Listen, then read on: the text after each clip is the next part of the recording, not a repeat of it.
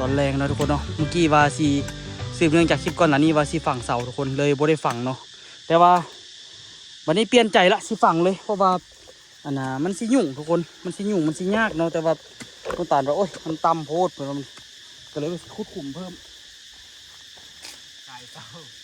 โอ้กระโบเอาหินพกเอายากกว่าอันขุดขุมมานี่ขุมบัดขุมมีแต่บักหินเบิ่งอะไรอันนี้เจอหินแล้วนี่ขุดบัดได้เจอหินบัดนั้นพอดีนะให้พ่อแสงมาช่วยดึงเสาอย่างนิดนึงเนาะเพราะว่ามันคันเท่านี้ในคนนี่มันจะเฮ็ดบัวได้คนมันจะยุ่งเนาะมื้ออื่นนี่ก็สิบ่ได้เฮ็ดอย่างนี้นี่อยู่ทรงสกัดประตูแล้วเนาะ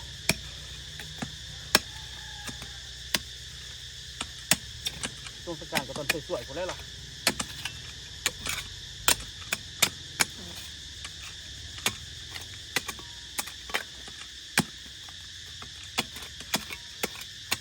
แต่ตัวขุดขุมไปได้เบิดแล้วทุกคนแต่ว่าขุมกับบัได้ง่ายอยู่ไหนเนาะเพราะว่าถ้าอีกประเทศให้แบบว่าลูกคิดอันนะท่านขุดลึกไหลกับซีโบเมนลูกคิดพ่อจ้อยสินะก็เลยว่าเอาขุดซ้ำๆพ่อจ้อย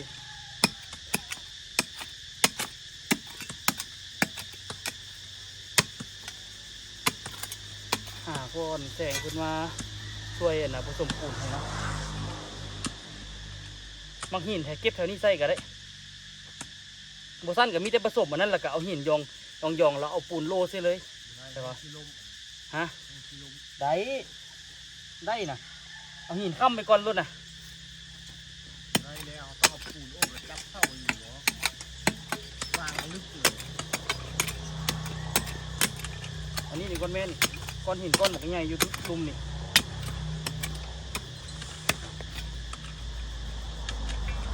เท่จังไหนกับมัน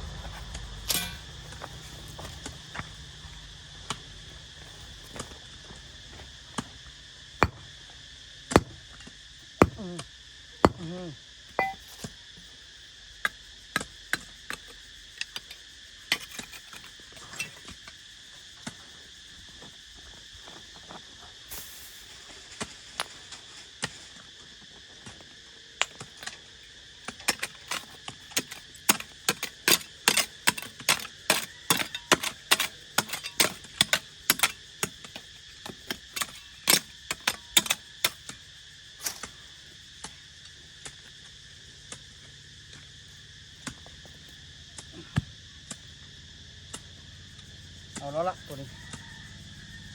ลึกกระโดด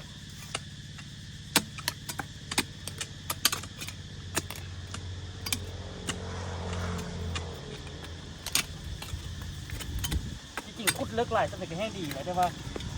ขุดยากเกินไปทุกคนห้องก็เลยซีเทนะคานตีนเลยมันกะยู่ละนะก็ได้ครับซีเทคานตีนคานเทิง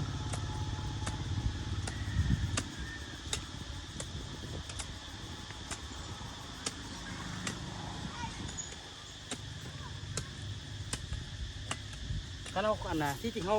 คันเอาฝั่งเลิกนี่มันโบเทข้านตีนก็ได้ดื่มบอกเลย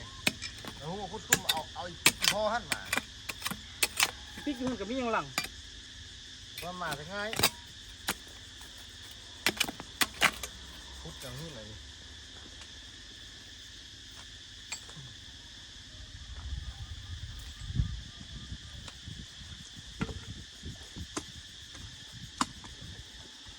พอละอันนี้นะทำที่เอาเลิกละตัวนี้กับคนเขาต่ำแท้เนาะแรงมาล่ะให้หลายคนมาช่วยกัน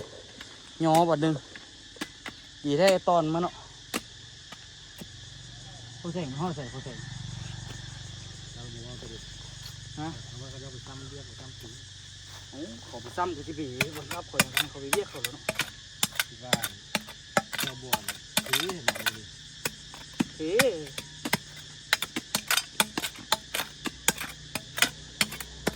อันนี้แห้งมีแต่บักหิน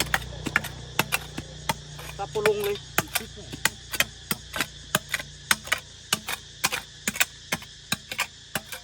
หินข้าวหินไงเขาบอกหลาย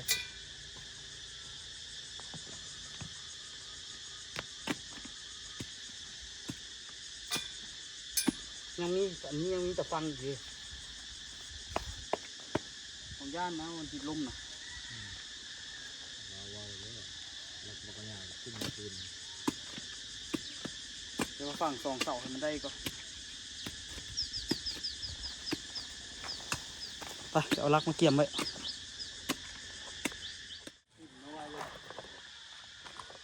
ได้เฉพาะสุดตามที่ยืนให้ชิมเลยได้ชิมเลยแล้วมือละเส้นไปใจใส่ พอสามมือมาดวิทย์ให้มือหนึ่ง5 เซนเบียร์ดู เบียร์ผู้เด็กกับเบียร์แล้ว เดี๋ยวมันลดอยู่ขึ้นยันนะบ่ ได้อยู่อ่ะ ดูสองมันลดจริงมันเป็น5-6 เซนแหละกี่โล ใส่น้ำมันรถมาหน่อยรถไม่ก็ต้องลองตัว ตัวเซนได้บ้าง นะเต่าพวกนี้ไปเอาไปสุดคุณเลยสั่งเต่าเพื่อเอาไว้1 2 3 4ย่านเต่ามันสิหักกับพอแล้วเลยบุ้งไหมมันใส่กับเหล้าละ โอ้ตัวนี้ไม่ได้ที่กลาวอ๋อไม่เป็นเด็กเป็นเด็ก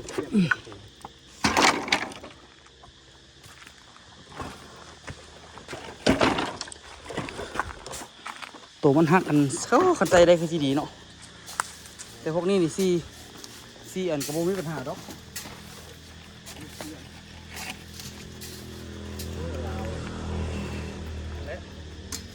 มันใส่กับเหล้าแล้ว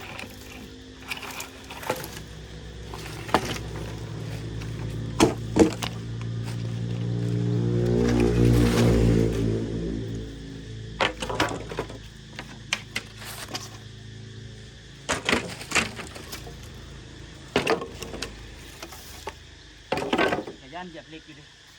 นี่แปลงดีไม่ห่างไปนะไอ้ดีเลยนะหนอนนัก พูดได้เลยนี่ พูดแล้วเขาไปห้างไว้แล้วเขาจะ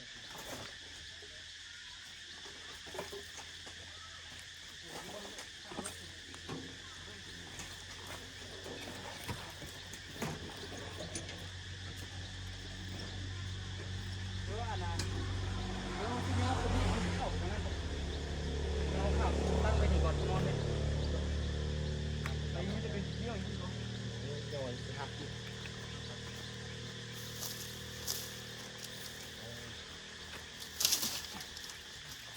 ยวกินน้ำนอนด้วยกันเนาะ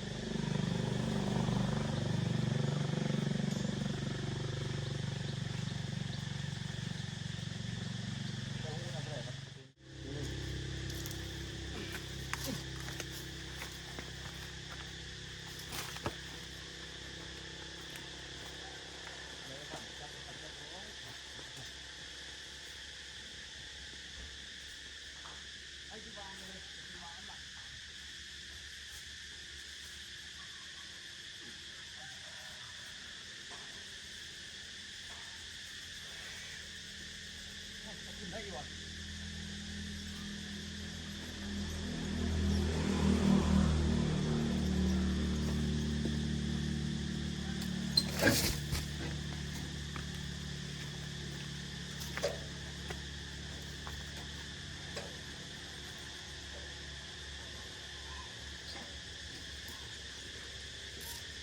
นับเป่าหนึ่งเลยว่ะ ถือว่า ฮะ ถือว่า ที่กูเหลือหลายเพื่อนว่ะ เรือไล่แท้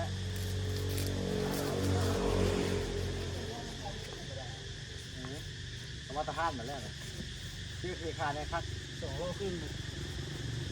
เป็น มันก็ได้ตัวมันจ้าเดี๋ยว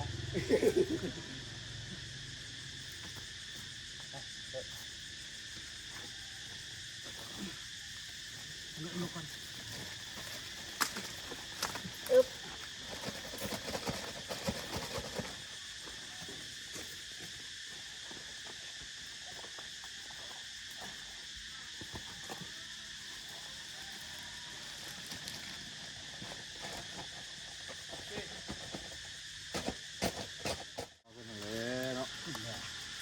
มันคิดใจดีมาตี ตาตัวแล้วตาถ้าหิ้วโดนแล้วบอกเอาไปแล้วเนาะ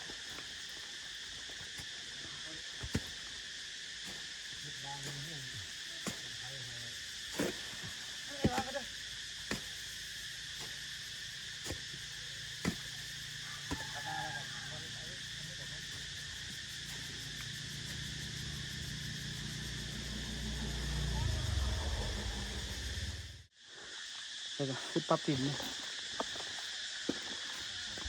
นี่เราพูดตำพูดเหรอ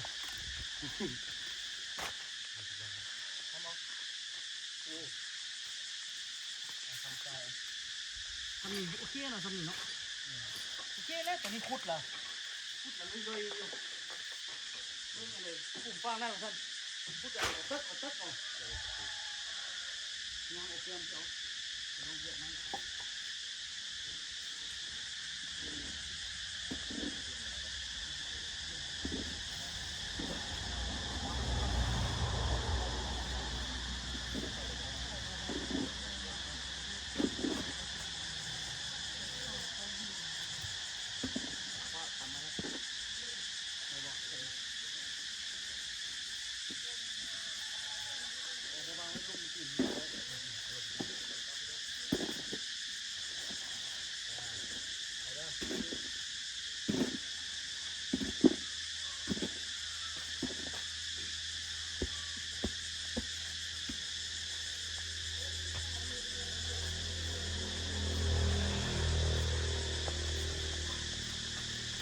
เอากายไปคานพี่เลยบอกเอาขึ้นเลยกันกายคานนี่ตั้งขึ้นที่ไหนกันคือว่าบุษเอาไปตั้งไปซื้อเลยบ่พอตั้งบ่ขึ้นซื้อเลยพ่อพ่อมาคุ้งเลยฮะพ่อมาคุ้งเลยนะไอ้ที่เดี๋ยวบอกพ่อมาคุ้งเลยลองหักกึบเลยตัวเต่าก็ดีอยู่เดี๋ยวรอเก็บไปนี่ใส่กันเลยนะขึ้นอ่ะ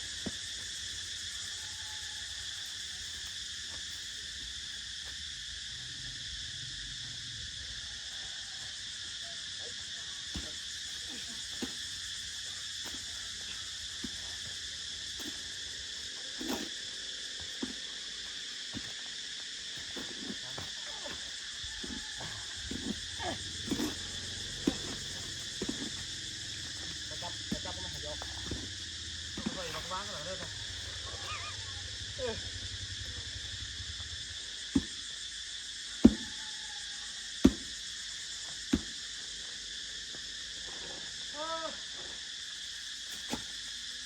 โกย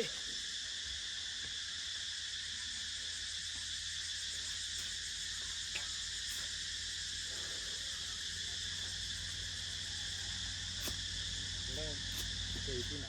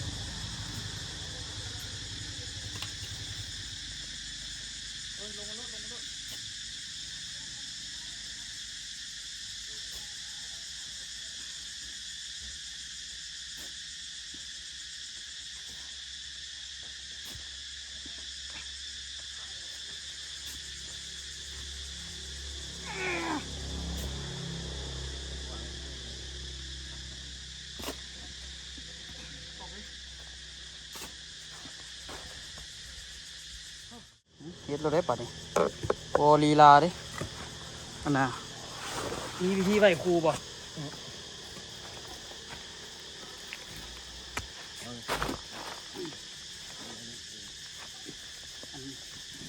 ไอ้จับเราตัวไปกะมันดูเห็นมันซื้อกับ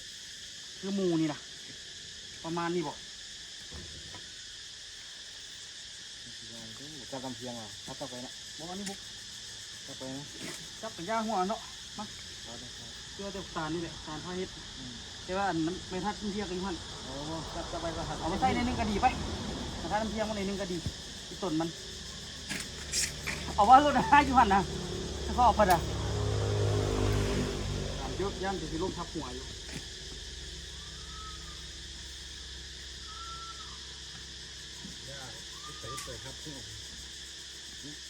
นี่ครับ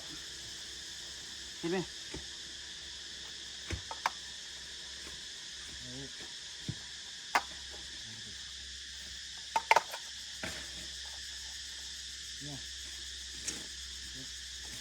เมียนอยู่ตอน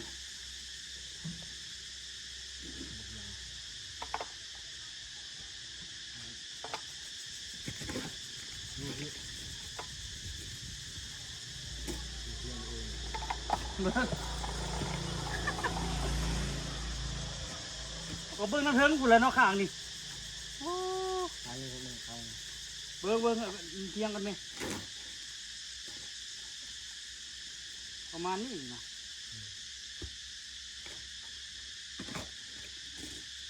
แต่กับเบิ้งข้างนี้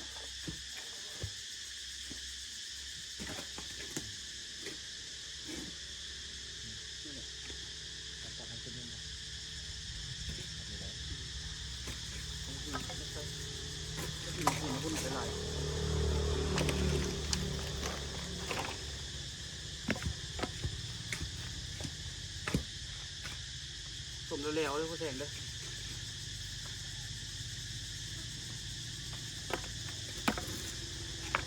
ใส่ครับอีกด้านมันแข็งไปทางนี้ครับไปเอายุ่นไปตัดไปชิมไปแจนั่นบอกไอ้ลายนะมันกินนะ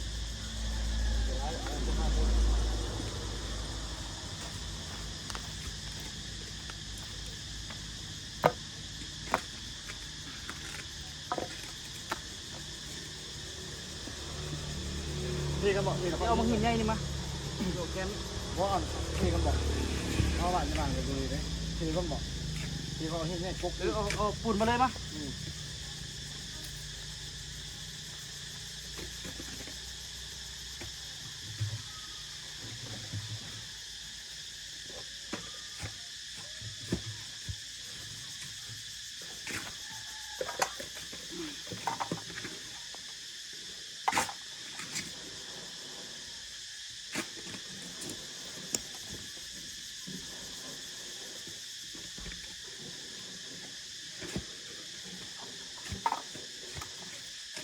โอ้เป๊ะเลย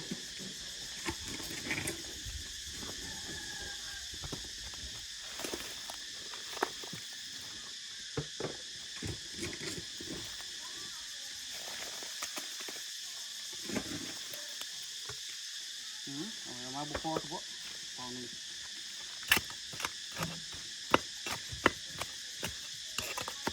จับหินใหญ่มาข้ามสามด้านนี้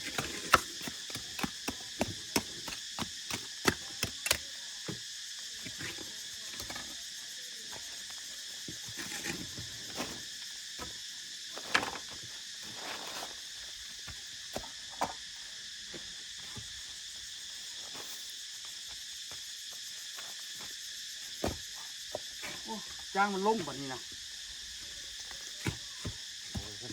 ล่มแล้วล่างกับบุล่มได้จ้างก่อนนี้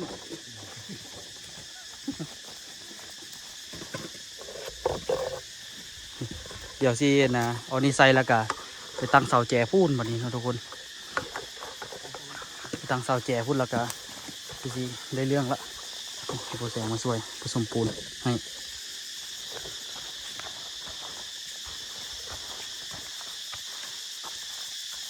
เอ๊ะหมอกหินเห็นบ่หมอกไอ้ลายแถวนี้นะ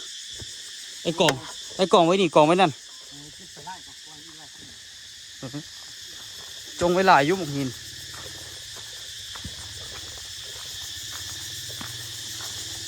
จะเฮ็ดแล้วก็ได้กะเอาเนาะ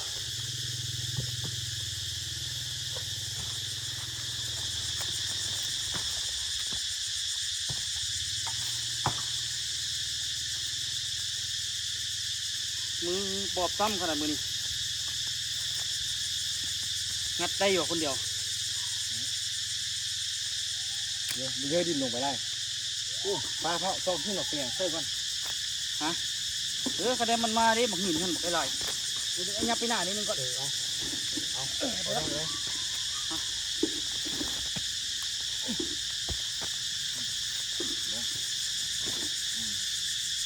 ตัวเบิ้งเลียมดูมันที่สุดตัวนั้น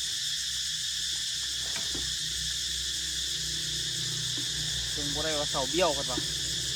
เบิ้งดู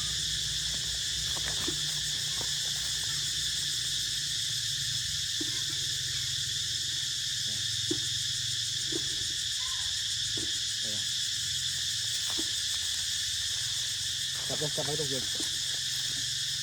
ปีน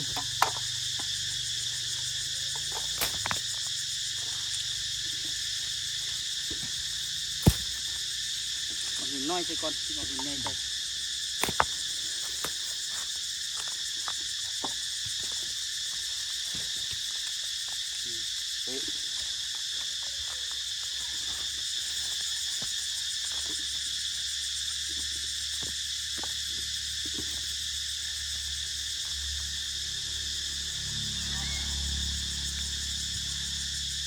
ตักแทบปฏิตั้งเสาแล้วล่ะโอ้มีแหงเป็นหูเป็นห้างเลยทุกคนตั้งเสาแล้วอันนี้ก็คือระยะห่างเนาะแมตต์ซาวทุกคนที่เราได้ตั้งเป้าหมายไว้เอาละมีไงจะลดบัตร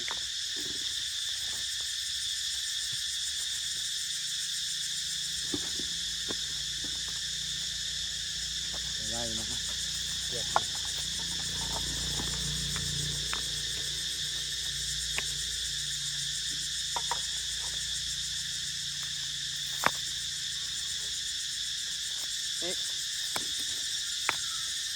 กินแล้วก็ เดี๋ยวปูนมาทีน่าจะให้พอแสงเกี่ยมไม่เลยน้องคือง านทำเนี่ยผมตัดงานทำแล้วก็ได้นะ เสร็จแล้วเราก็ได้เอาระดับตัวนี้แหละใส่ตัวนี้เนาะแต่ว่าระดับเป็นย่านได้ใส่นะมันไม่อยู่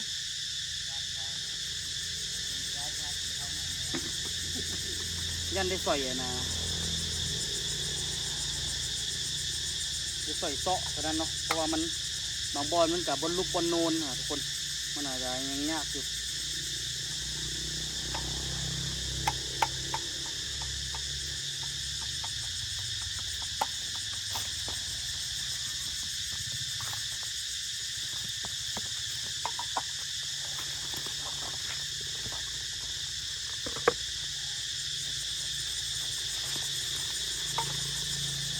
เป๊ะ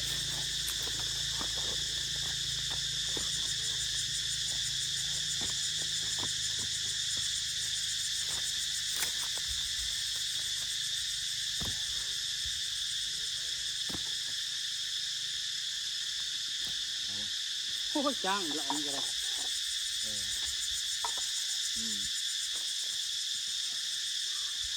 ผักมันเยอะไปเลย เขาเกินมาวันนี้บุ้งงูอยู่ป่ะตอน งานอยู่ อันนั้นก่อนเลยอันนี้มาวัดสายตาก็ได้มั้ยวัดกันนะเสานี่ใส่เสานั่น พ่ออยู่อ่ะรอเสื้ออยู่ ใส่ก็อีกก็ได้นะปูนเท่าไหร่ นี่จับได้ไหม มักนี่เป็นยังดอกเขาก็เฮ็ดมาตรฐานแบบนี้เนาะจะแซงโลได้ก็คือได้เลยนะเชื่อเดี๋ยวแซงเลยละ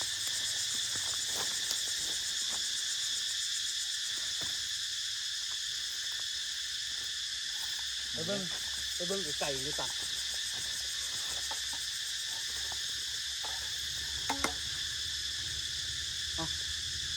อัน จะลงยูได้พอแจ้ง สายตายังดีที่พ่อแซงสายตายังดีจริงให้พ่อแซงเอาวัดสายตาวัดเราแล้ว ที่ไหน ให้มันซื้อให้มันเที่ยงตัวนี้ที่มัดเทียงเนี่ย เบิ่งปลาเดือ เอาพ่อแซงเก็บขี้ดอกตาลไปเบิ้งสั่นไปเบิ้งที่ฟังนั้น เฮ้ยโอเคออกมาฟังนี่ไหมตานเบิ่งฟังนั่นว่าคนเทียงมันต่ำมันสูง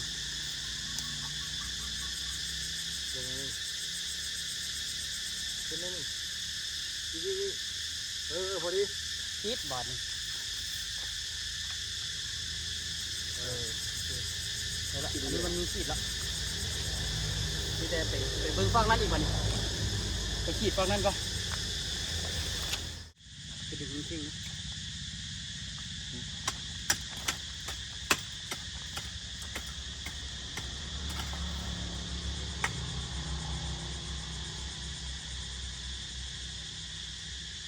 ได้แล้วบอกไม่ได้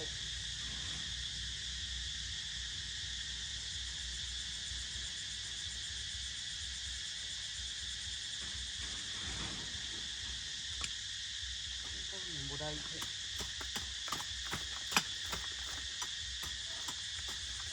โอ้ แล้วก็ยังใหม่ก็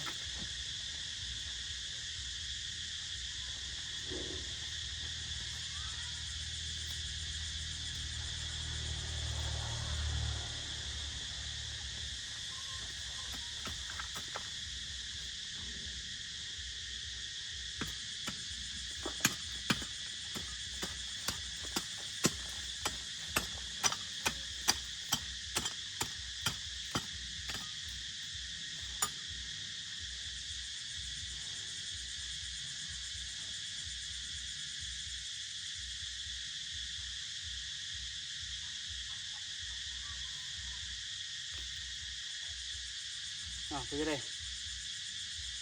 ได้ปะ บ่ได้ อันนั้นบุได้นะ เอาเป้ามัดขึ้นนะดึงไปก่อนเลยนะแกะออกก่อนแล้วดึงเข่งๆไปก่อนแต่ที่เบิ่งก่อนว่าบนไหนมันคาบนไหน พูดอะไรทิ้งกันนี่ก็สนุก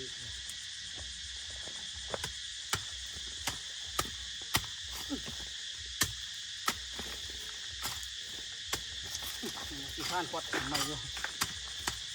ใช่ไหมพูดตรงเลยนะจะฟัง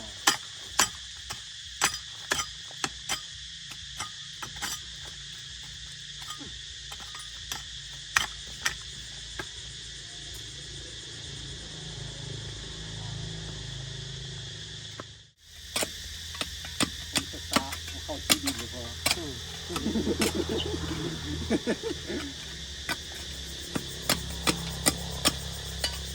โอ้แสงโต๊ะทั้งนั้นถ่ายโต๊ะทั้งนั้นถ่ายเลยโอ้โถก่อนเฮ็ดมันมัดเทียบสูงดิ เทียมเนาะ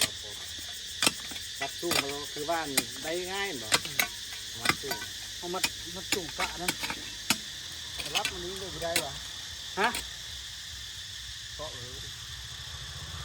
ลักไกลเลยว่ะ ก็คือเลยไม่ได้ยัง จอบแต่สิซุยละได้ดึงซอกด้วยนะเดี๋ยวดึง คือเดียวมันตายเลยรับ มันออกมาดีแน่เห็นว่าก็ได้ ดึงเพียกแล้ว เขาไกลมากเขาก็นั่นสละวะจะได้ยากขึ้นกว่านั้น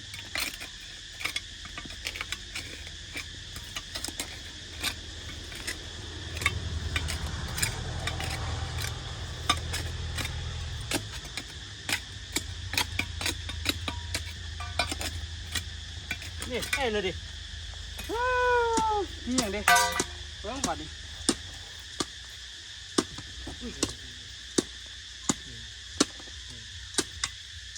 เอาบรรทัดมาให้ดู ถ้ามาจะเอาลวงเล่นก็ออกมา นี่เกี่ยวดอก กระดก เขาได้มาดู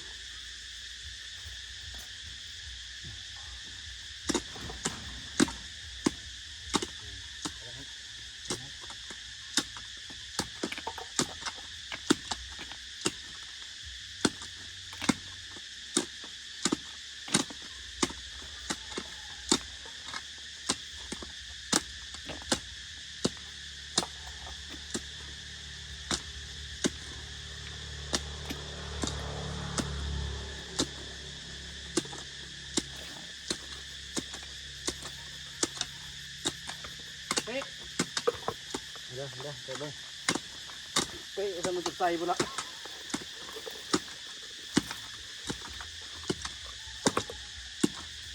ดินมาคัดก่อน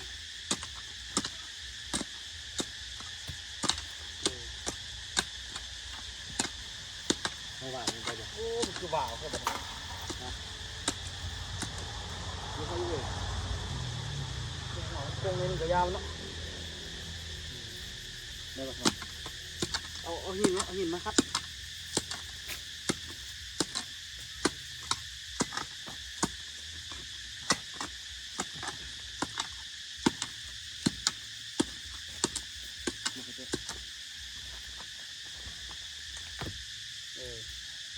หมันเลย คนญี่ปุ่นเนาะ สี่ครึ่งเนาะ นี่เหรอ พอแล้ววะนี่มันแหละ พอแล้วซะเนาะเสร็จแล้วนี่ตัวนี้ดีดิแปลงก่อนได้ทุกคนเลยธรรมดาโอเคแล้วละเห็นงามได้เดี๋ยวเขาชี้เอารางวัลให้เดี๋ยวมาดูไอ้ยักษ์เข้าก่อนไอ้วางก็ได้มา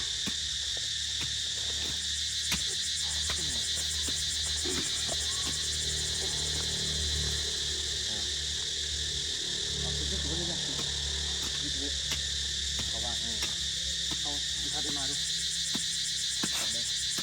การฮัน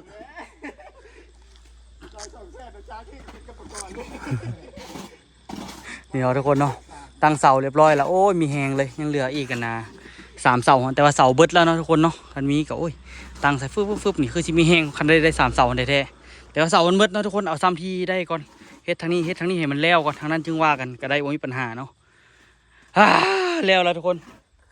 ตั้งเสาสบายใจแล้วเห็นบ่ทุกคนเห็นบ่เริ่มเห็นเป็นรูปเป็นห้างบ่ว่ามันสิออกมาเป็นอะไรเนาะนี่อันนี้นี่ปากอันน่ะหูมันก็สิอยู่ประมาณนี้พี่แหละหูของอันน่ะหูของทอคือคนลอดเข้าไปก็ได้นะทุกคนสูงเด้เพราะว่าเฮ้ปริมาณน้ำมันสิไหลสบายเนาะทุกคนเนาะอันนี้ก็เทคานคือกันกับฝักนั้นเนาะเทคานจนจ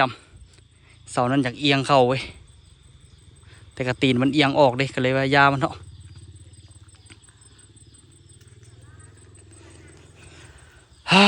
มีแหงเด้ตั้งเสาล่ะเห็นเลยนะว่าเนี่ยเวียกมันไปไกลแล้วหลังจากเฮ็ดอันนี้แล้วล่ะอ่ะเป็นยังไงฝากทุกคนติดตามนะทุกคนเนาะแล้วละเดี๋ยวล้างเครื่องล้างของแล้วก็จบมือนี้พอใจละ